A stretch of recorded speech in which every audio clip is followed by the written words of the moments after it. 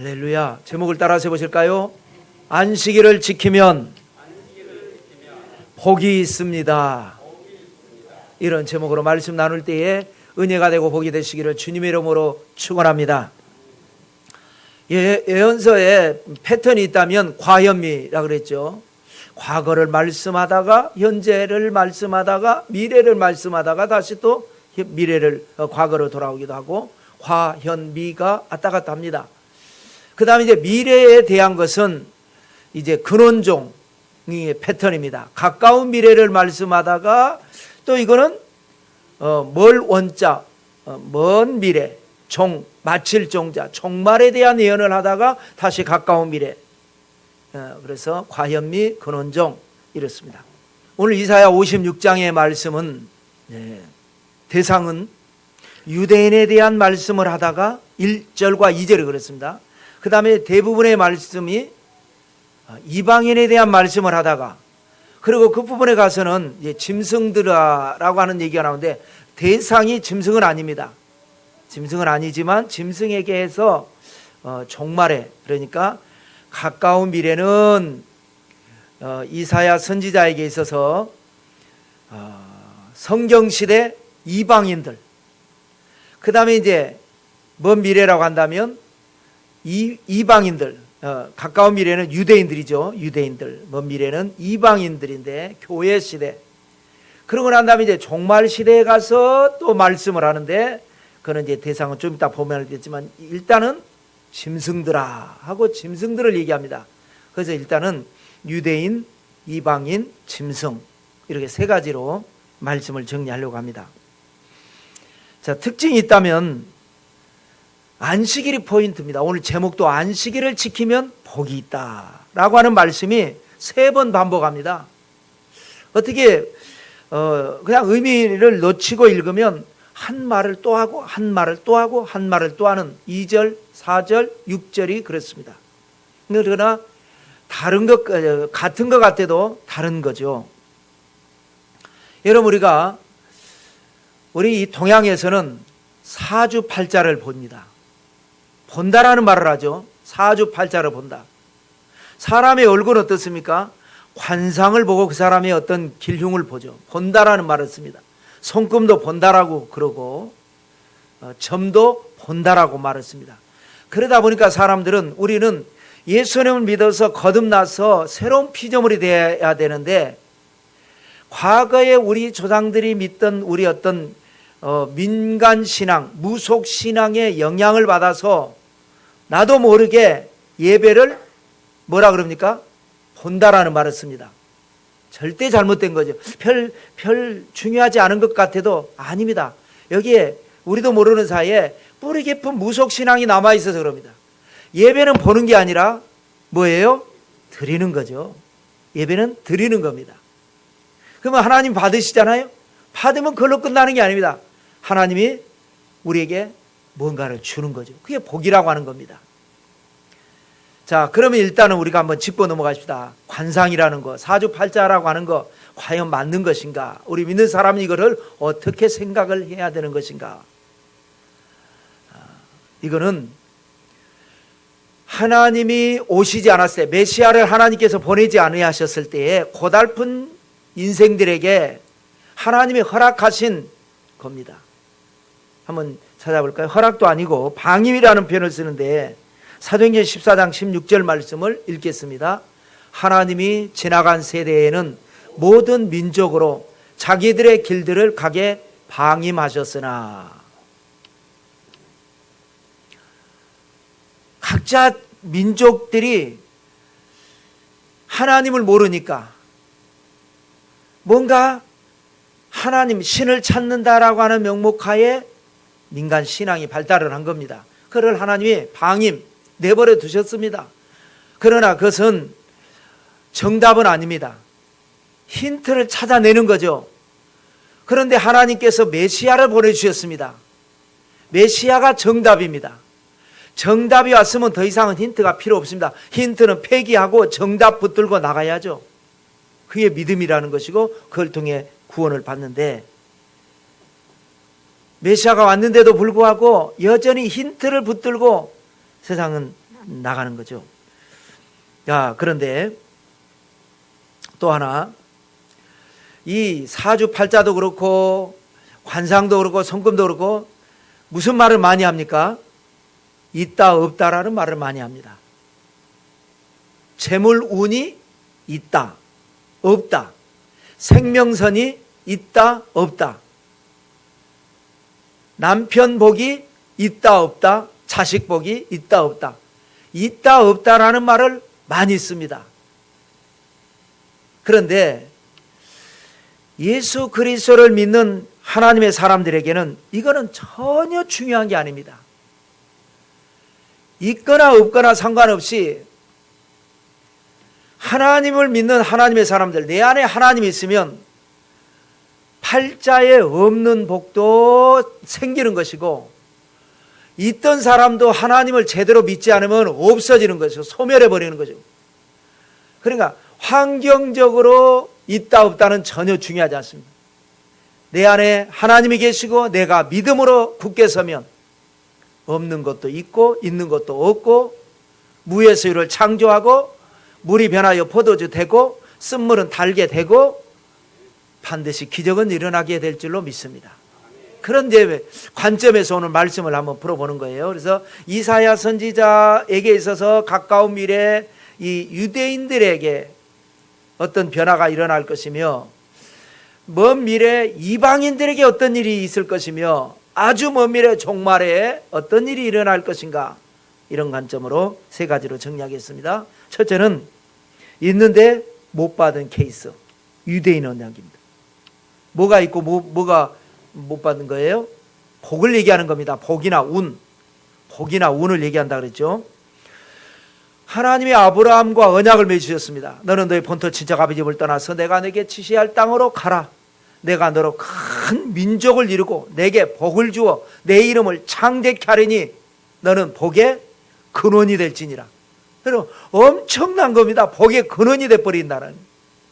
그리고 난 다음에 뭐라고 또 말씀하셨어요? 이 언약이 너와 내 후손에게, 너와 내 자손에게 영원히 이르리라.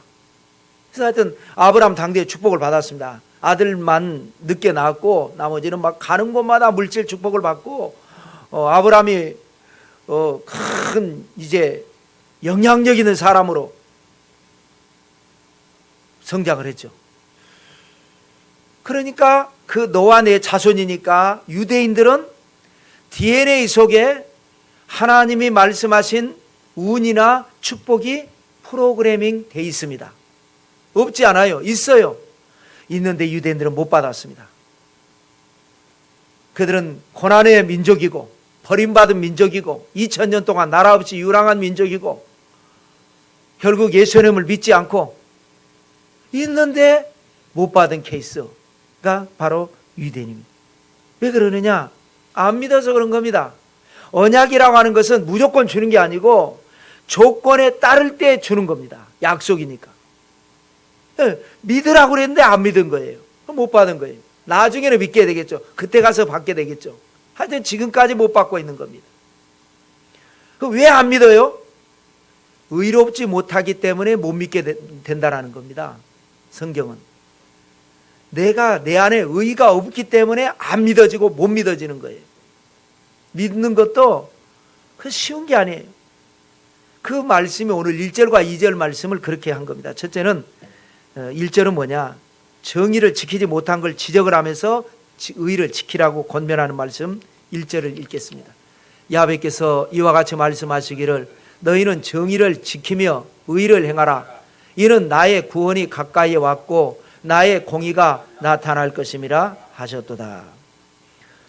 사람들이요, 왜 의를 지키지 않느냐? 법보다 주먹이 가깝기 때문에 그런 겁니다. 세상이 혼탁하기 때문에 내가 의를 지켜봤자 나만 손해예요. 그러니까 의를 안 지키는 겁니다. 그런데 그 결과는 뭐냐? 믿어야 할 믿음이 없어지기 때문에 세상이 아무리 혼탁하고 해이해지고 잘못했다 할지라도 세상 탓하지 말고 너는 의를 지키라는 거예요. 왜? 나의 구원이 가까이 왔고 나의 공의가 나타날 것이다. 지금은 의가 없을지라도, 세상이 잘못됐을지라도 하나님이 역사하실 것이니까 미래를 내다보고 너는 의를 지켜라 라고 이사야는 권면을 하고 있습니다.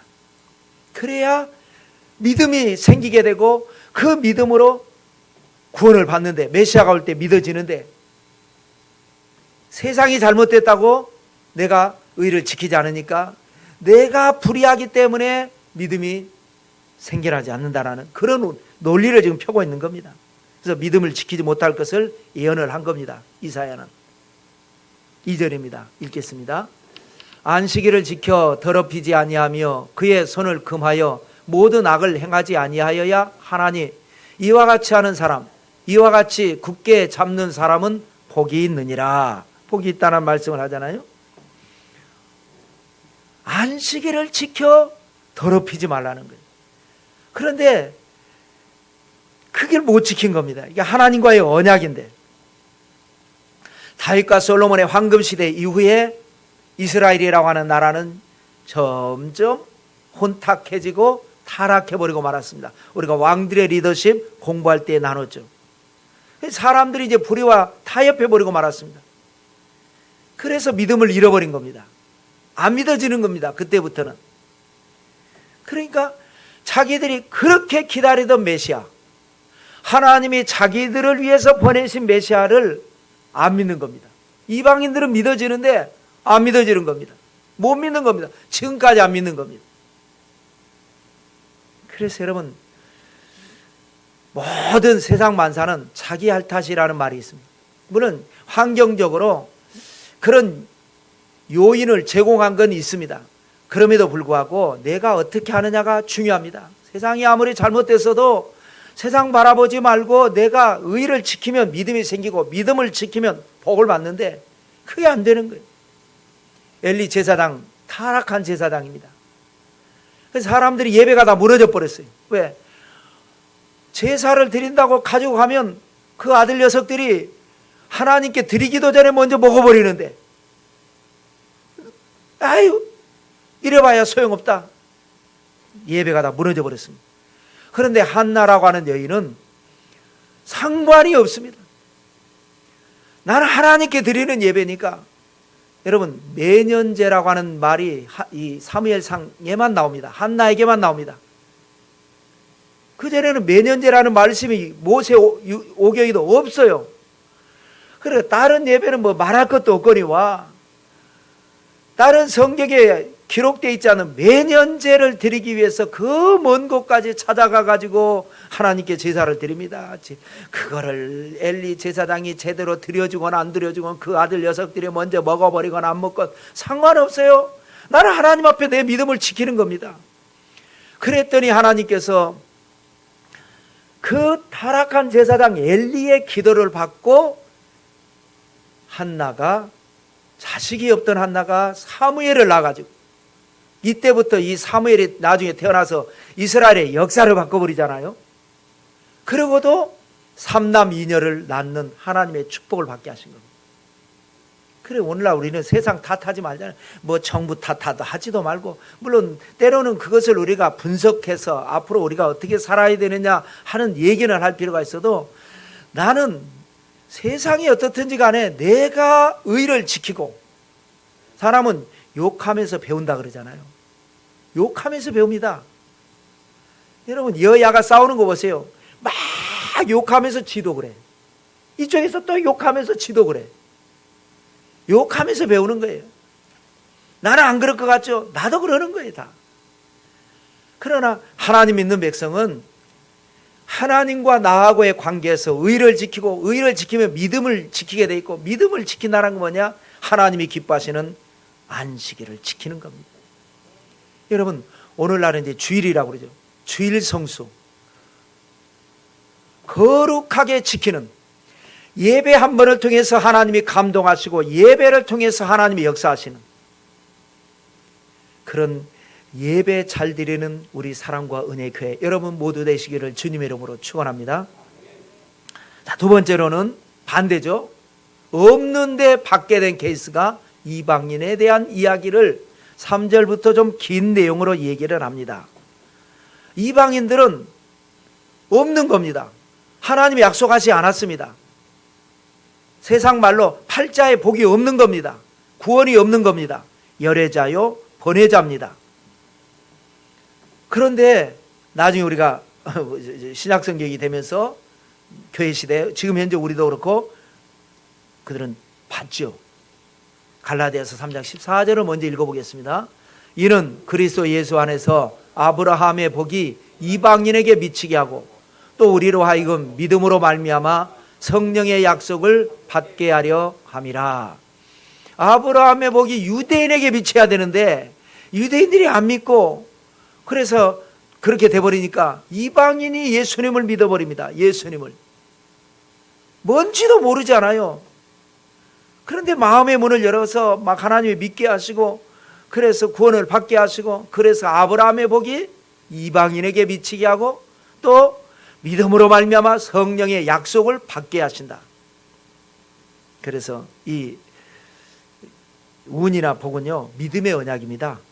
좀 길지만 읽어볼까요? 3절, 4절, 5절입니다. 야훼께 연합한 이방인은 말하기를 야훼께서 나를 그의 백성 중에서 반드시 갈라내시리라 하지 말며, 고자도 말하기를 나는 마른 나무라 하지 말라. 야훼께서 이와 같이 말씀하시기를 나의 안식일을 지키며 내가 기뻐하는 일을 선택하며 나의 언약을 굳게 잡는 고자들에게는 내가 내 집에서 내 성 안에서 아들이나 딸보다 나은 기념물과 이름을 그들에게 주며 영원한 이름을 주어 끊어지지 아니하게 할 것이라. 이제 앞으로 더 먼 미래가 되면 이방인의 시대가 될 것이다라는 예언을 지금 이렇게 이사야는 예언하는 거예요. 예수님을 믿게 된 이방인들, 야훼께 연합한 이방인들은, 그래서 이제 초대교회 때는 그런 혼란이 많이 있었죠. 그들은 어떤 궁금증을 합니까? 야훼께서 나를 그의 백성 중에서 반드시 갈라내시리라고 말을 할 의심이 있을 수 있단 말이에요. 그러지 말라는 거예요. 예수님을 믿는 사람, 그래서 하나님께 연합이 된 사람은, 포도나무에 붙은 가지가 된 사람은 이제는 하나님이 너희를 이방인인데 말이야, 할례받지 않았는데 그러면서 갈라내시지 않는다, 그런 걱정하지 마라 하면서 예를 드는 겁니다. 고자도 말하기를, 고자가 뭡니까? 생식 기능이 잘못돼서 자식을 낳지 못하는 사람이 고자입니다. 지금 고자 얘기를 하려는 게 아니고요, 극단적인 예를 드는 겁니다. 고자도 말하기를 나는 마른 나무라 하지 마라. 그러면서 4절에 또 야훼께서 말씀하시기를 강조하는 겁니다. 내가 이사야 선지자가 지금 말을 한 게 아니라 이거는 특별히 하나님이 하신 말씀이다. 나의 안식일을 지키며 내가 기뻐하는 일을 선택하며 나의 언약을 굳게 잡는 고자들은 5절에 내 집에서 내 성 안에서 아들이나 딸보다도 더 나은 기념물과 이름을 준다. 팔자에 없는 복이 열린다, 이 말입니다. 고자가 어떻게 자식을 낳아요? 그러니까 극단적인 고자 예를 든 거예요. 절대 자식을 낳을 수 없는 고자들도 자식보다 더 좋은 것도 하나님이 주신다. 그런데 그 비결이 뭐라고요? 하나님의 언약을 지키는 자. 언약이 뭐라고요? 안식일입니다. 주일 성수, 예배 잘 드려야 합니다. 그런데 우리가 세상 살다 보면 예배 드리기가 참 어렵습니다. 코로나로 인해 가지고 비대면 예배, 우리가 그래도 믿음을 그래도 지킨다고 비대면 예배, 세상에 이런 말도 다 있어요. 비대면 예배를 드렸는데 이제는 회복해야 합니다. 예배를 여러분 갈수록 예배가 무너집니다. 주일 예배가 무너지고 수요 금요 예배가 무너지고 새벽 기도가 무너지고, 그럴수록 각자 믿음을 따라서 누가 교회 나오세요, 주일 예배 드리세요, 수요 예배 나오세요 해서가 아니라 내 믿음으로 인해서, 그것이 믿음입니다. 누가 말을 해서가 아니라 내 믿음으로 하나님 앞에 예배를 드리는 자, 그것이 바로 하나님께 연합된 이방인이고 그것이 하나님께서 이방인의 팔자에 없는 복을 주시는 하나님의 기적은 반드시 일어나게 될 줄로 믿습니다. 이것이 믿음의 법칙이고요. 그 다음에는요, 교회의 언약입니다.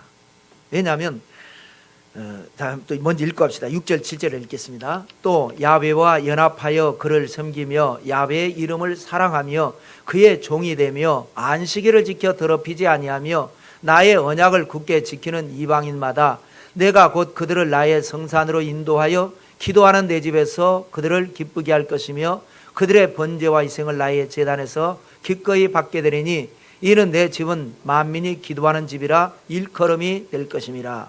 6절 말씀은 아까 있었던 말씀하고 똑같은 말씀이죠. 계속 지금 똑같은 내용이 반복되는 겁니다. 야훼께 연합된 사람이라는 표현이 2번 나와요. 3절과 6절에. 그 다음에 또 안식일을 지키는 자에게 복이 임한다라는 말씀이 3번 나오죠. 2절에 나오고 4절에 나오고 지금 6절에 나오는 겁니다. 그러니까 2절에는 그러니까 모르고 읽다 보면 아까 한 말을 또 했네? 또 한 말을 또 하네? 이렇게 볼 수 있지만 처음에 2절, 4절, 6절 2절은 안식일을 지켜서 복을 받으라는 이 2절 말씀은 유대인에게 하는 말입니다. 유대인에게. 그 다음에 4절과 6절은 이방인에게 하는 말입니다. 그런데 같은 이방인에게 하는 4절, 6절은 4절은 뭐냐? 믿음의 법칙으로 너희가 안식일을 지켜서 믿음으로 복을 받으라는 말이고 6절은 안식일을 지켜서 그러니까 4절은 개인 얘기하는 거죠. 6절은 교회 이야기하는 겁니다.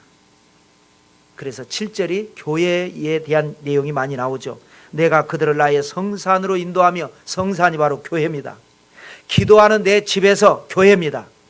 번제와 희생을 받게 될 것이다. 예배입니다.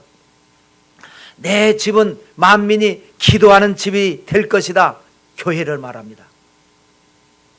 그래서 이 말씀을 인용해서 예수님께서 신약에서 이 말씀 이사야가 이렇게 예언했지 않느냐라고 말씀하는 게 뭐냐?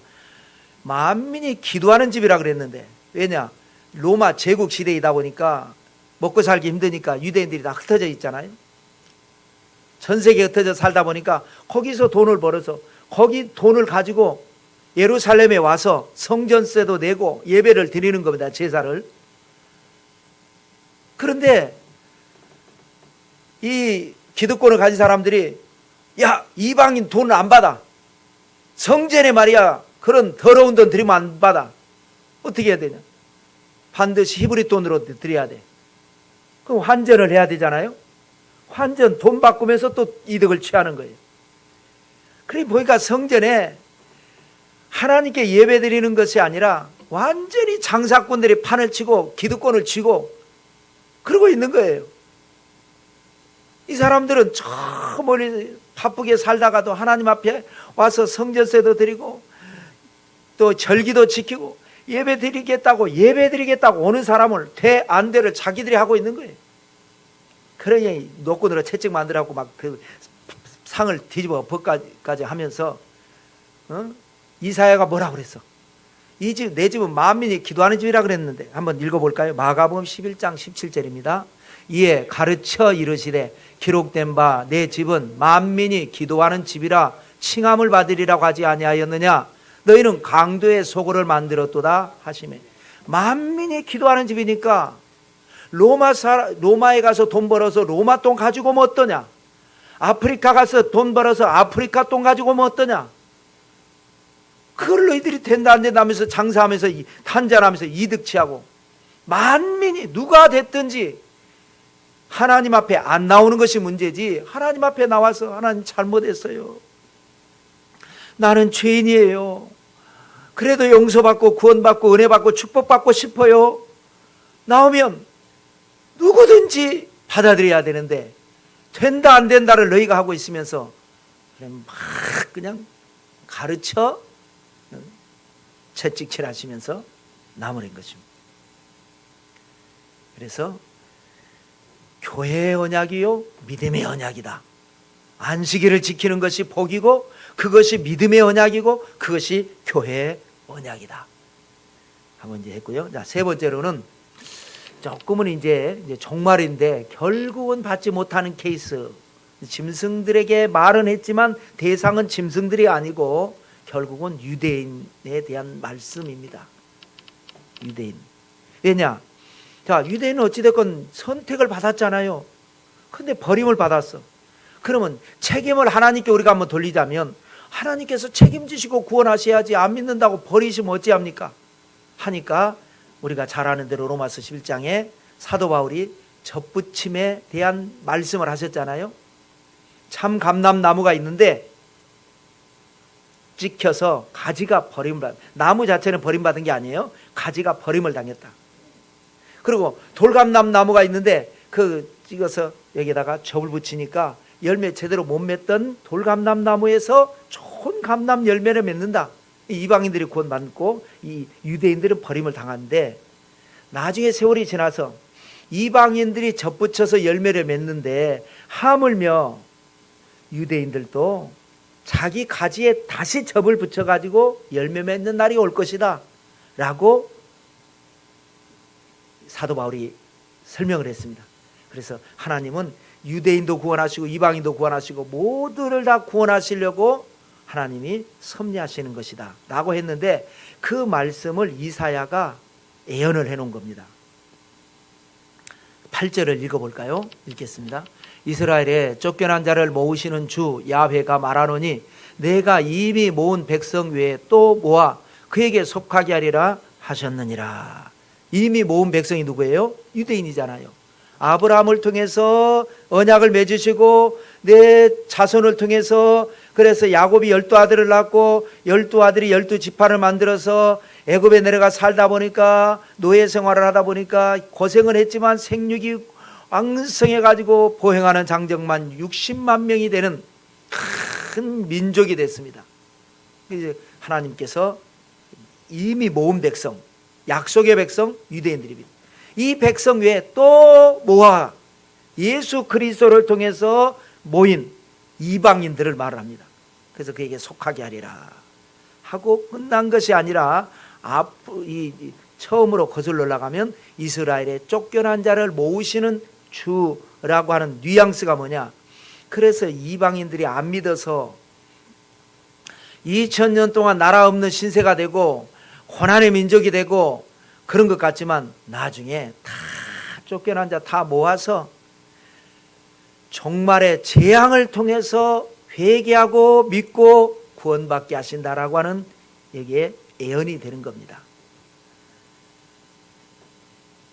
그래서 이제 종말에 대한 얘기를 하는데, 여러분 우리가 요한계시록 공부할 때 사도 요한이 인류 최후의 전쟁이 일어날 때 얼마나 많은 사람이 죽는지 이 새들에게 와서 짐승들의 죽은 시체들의 살을 쪼아먹으라고 하는 말씀이 있었지 않습니까?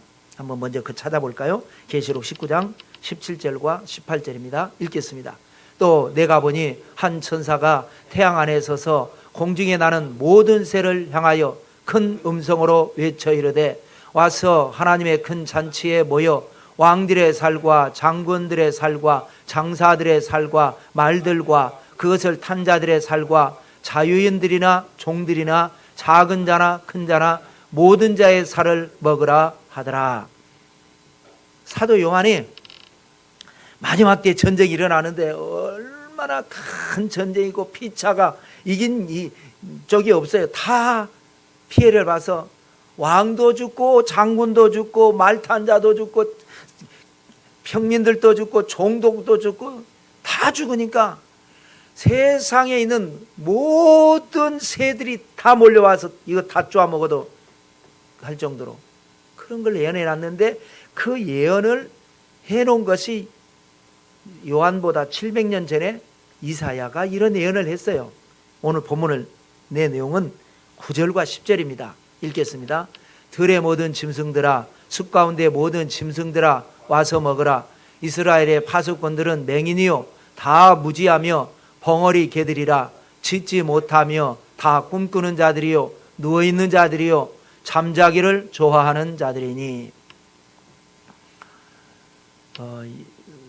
사도 요한은 새들에게 명령했죠. 와서 먹으라 라는 음성을 들었죠. 근데 이사야는 새가 아니라 육지 짐승들, 들에 있는 모든 짐승들, 숲에 있는 모든 짐승들아 다 와서 이 살을 뜯어 먹어라 하면서 이스라엘의 파수꾼들, 물론 우리는 파수꾼이라는 말은 별로 안 쓰는데 여호와 증인들은 파수꾼이라는 말을 잘 쓰죠.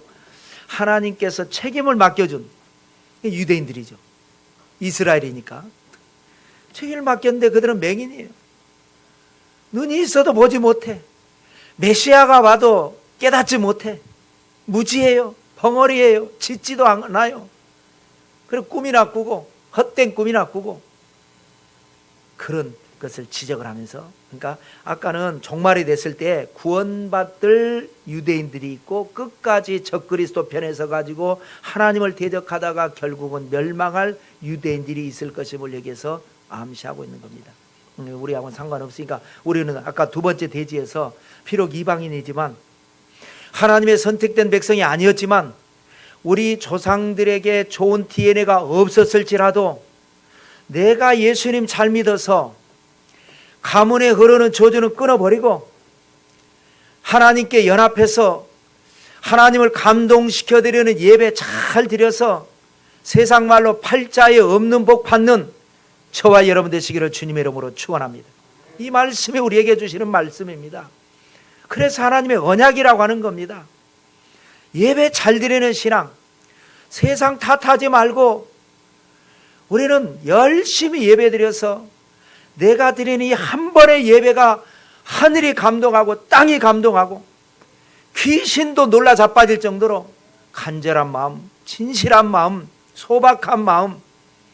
그래서 여러분, 우리 사랑과 은혜의 교회 예배가 살아있는 예배고 이 강단이 불붙는 강단이 되고 여러분 심령에도 불붙는 심령이 되고 마귀 때려잡고 문제를 해결하고 기적의 주인공들 다 되시기를 성부와 성자와 성령 이름으로 축원합니다.